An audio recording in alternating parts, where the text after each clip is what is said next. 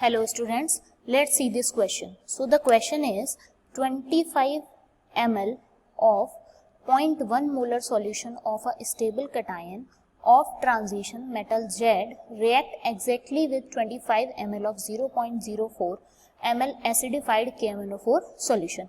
Which of the following is most likely to represent the change in oxidation state of Z correctly? Okay, तो आपको क्या given है कि एक solution है जिसका मोलैरिटी गिवन है 0.1 और वॉल्यूम गिवन है 25 ml. ये स्टेबल कटाइन जो है वो मेटल Z का ट्रांजिशन करता है, ठीक है, किसी दूसरे में कन्वर्ट करता है. और एग्जैक्टली दूसरा जो हमारे पास सॉल्यूशन है वो क्या है, दूसरे सॉल्यूशन के साथ जो है 25 ml with 0.04 molar acidified KMnO4 solution. Which of the following is, तो यहाँ पर हमें बेसिकली बताना है कि अब फाइनली जो ऑक्सीडेशन स्टेट Z की चेंज होगी तो इनमें से कौन सा वाला ज्यादा एप्रोप्रिएट है.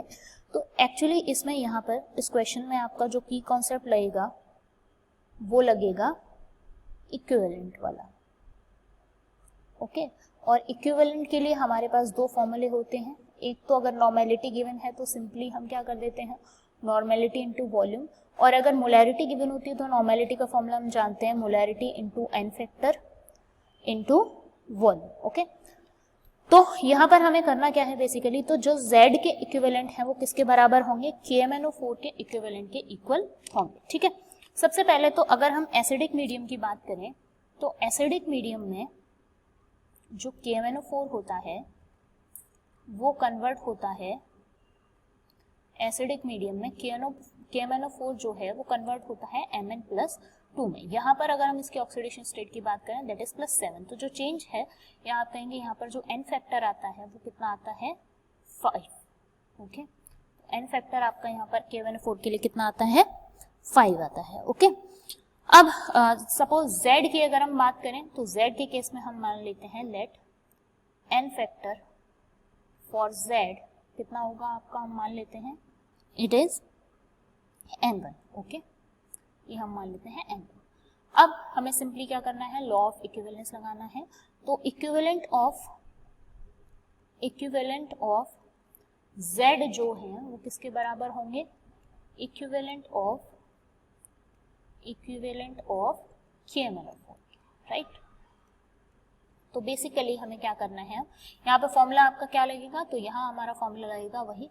सपोज हम Z के लिए 1 मान लें तो M1 into N1 into V1 and KMnO4 के लिए 2 मान लेते हैं तो M2 into V2 into N2. Okay, तो सॉल्व करते हैं. तो M1 यहाँ हमें मोलैरिटी की अगर हम बात करें Z के लिए कितना दिया है 0.1. ओके, इंटू N फैक्टर हमें नहीं पता तो हम इसको N1 लेके चलेंगे. वॉल्यूम यहाँ आपको गिवन है 25 ml, तो या तो आप दोनों तरफ ml लीजिए या फिर दोनों तरफ लीटर लीजिए. ओके, M2 की अगर हम बात करें तो ये है हमारा 0.04, ये रहा, ठीक है, इंटू वॉल्यूम हमारा गिवन है कितना है 25 ml इंटू N फैक्टर हमारे पास कितना है 5. ओके, तो ये 25 से 25 कैंसिल हो जाएगा, ये 0.1 से 0 ये बचेगा आपका 0.4 इंटू 5, तो N1 जो है वो कितना आ जाएगा 2. ओके, दैट मीन्स कि जो चेंज वो कितना आ रहा होगा, 2 का चेंज आ रहा होगा. ठीक है, तो आप ऐसा कह सकते हो या मान सकते हो कि ये Z से किस में कन्वर्ट हो, Z+2. ओके, बट ऐसा कोई ऑप्शन हमें यहाँ गिवन नहीं है. तो हम चेक करेंगे कि प्लस या 2 का जो चेंज है वो किस ऑप्शन में आ रहा है. ठीक है, तो अगर आप यहाँ देखें तो यहाँ +1 है, यहाँ +2 है, यानी कि जो चेंज आया होगा वो 1 का, यानी कि N फैक्टर यहाँ पर कितना है 1.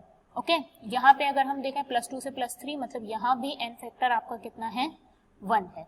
इस केस में +3 से +4 यहाँ भी N फैक्टर कितना है 1 है. और इस केस में +2 से +4 दैट मीन्स N फैक्टर यहाँ कितना है +2 है. ठीक है, तो that means the most appropriate answer of this question is option number D. I hope you understand this question. All the best.